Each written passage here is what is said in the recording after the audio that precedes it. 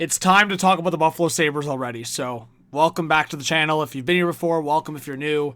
The Buffalo Sabres are 0-3 to start the season, all 3 regulation losses. They've scored 2 goals in 3 games, facing a lot of injuries, so we're going to go over all that. Hope you subscribe if you haven't yet. I was at the Sabres home opener, and I just think the worst part about all of this is the fact that first game, home opener, sold out, fans are dialed, fans are into it, fresh start, and all these injuries, which are obviously out of your control, but just the effort at some points in this game. I thought maybe like the second period, Shesterkin really stood on his head in some parts of the game, but when you just put a goose egg on the board, lose 4-0 to the Rangers, who put on a horrible performance against the Penguins, and then you just only score 2 goals in your next 2 games, right? Like, I think the fact that you went into that home opener and got embarrassed and you still only scored 2 goals in your next 2 games. Yes, I understand. It's in Boston. It's a tough environment, and the Bruins have been hot to start the season, and it's against the Avs, a really good team. You do look at the rest of the schedule coming up here in October, and it's all division rivals, essentially, right? Like, except for the Blue Jackets later in the month. But outside of that, you see Florida, Montreal, Detroit, Ottawa, Boston. Like, they're playing all division rivals, so the reason I'm making this video is also because of what I just said there. If you lose a bunch of these games coming up against your division rivals and you see all these teams get those wins and you just stay at the bottom, like Buffalo, it's going to change really quickly. So from Elliot Friedman about the Sabres, we basically know that 2 of their franchise players, Dalian and Thompson, have indicated that it has to get better this year. The Sabres don't have a long runway for this. They're not going to let this happen again, right? Like, you're already seeing the paper bags. You're already seeing it happen. It's not a good situation. And I think a lot of people feel just at this point feel sick for Sabres fans, right? Like, jerseys are being tossed in the first few games of the season. I think that's not something that you want to be happening 3 games in. If this was to happen like on a really bad loss and just kind of a mediocre season, but it's kind of just a message that Sabres fans are done with this. So is Kevin Adams done? Do they have to just part ways with a few guys? I think the biggest thing for me is, like, there's a couple guys that are injured here that would make the difference.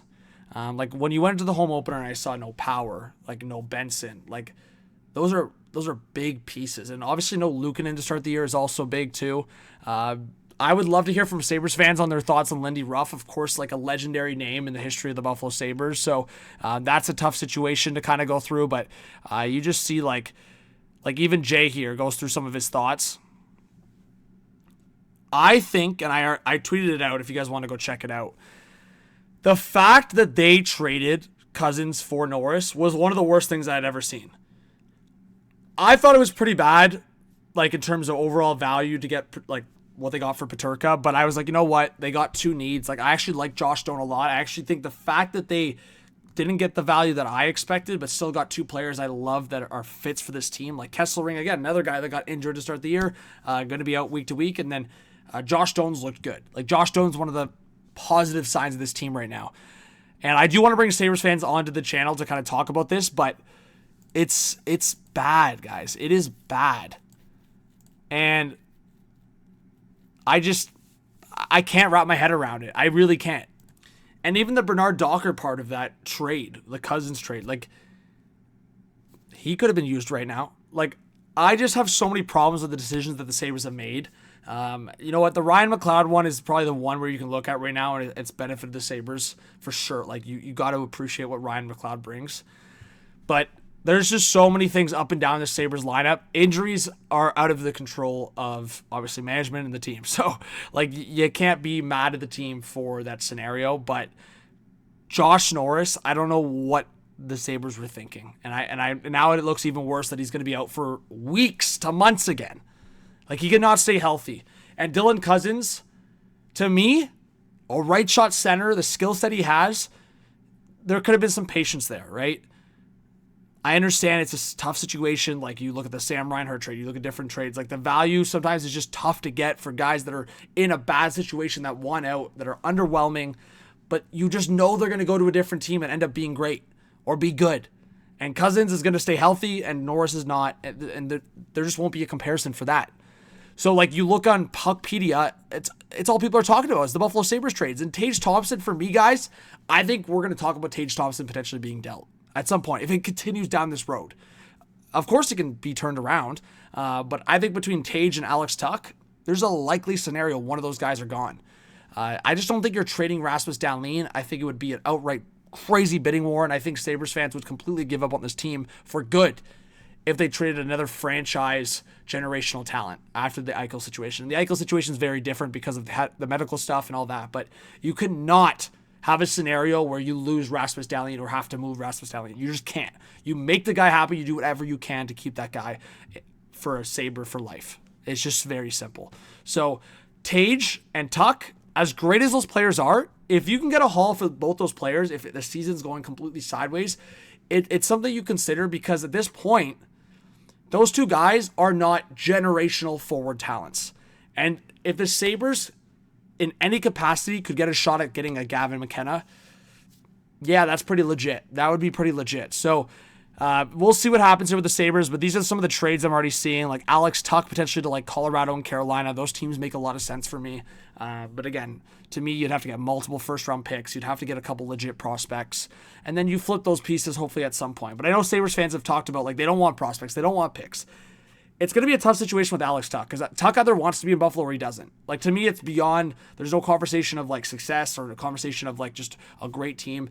If the Sabres turn it around, maybe they become a playoff team. Maybe. I don't know. I mean, they have the skill on their team if they can get healthy. But, yeah, with these injuries to start the year, it's going to go worse sooner than it could go better. So the Tuch and Tage Thompson situation is going to be very, very fascinating for me. But frankly, I just feel bad for Sabres fans, and I want to get my buddy Riley and like a few other guys that are from Buffalo or just Sabres fans on this channel and just speak. Like, I want to hear their voice. So whether it's a live stream and I just ring them in or record videos. So if you guys have thoughts on that, give it in the comments. But that's my thoughts right now. Like, I'm going to talk maybe more trade specific, but I just kind of wanted to go over what's happening here. 0-3, only have scored 2 goals, massive injuries. Like, when you're talking about, like I said, Benson, Power, Kesslering, Luukkonen. Like, there's some major, major injuries here. They're not small. And then now Josh Norris, add him to the list, and I'm probably forgetting a couple more, right? So anyways, guys, let me know your thoughts on the Sabres and the situation that we're seeing right now. We'll see what it looks like after this next week. So, like, for me, the Senators-Sabres game, I guess we can evaluate after that. But very much more so after the Saturday game against the Panthers at home. Like, there's 2 games coming up in Buffalo, right? So if they really finish this homestand in a rough way and they don't get a win out of it, like one of these 2 games, if they don't get a win, 0-5 would be a really, really, really bad look, more than it already is. So anyways, I'm going to stop rambling. Let me know your thoughts, guys. Subscribe, like, comment, notification bell. We'll see you on the next one. Peace.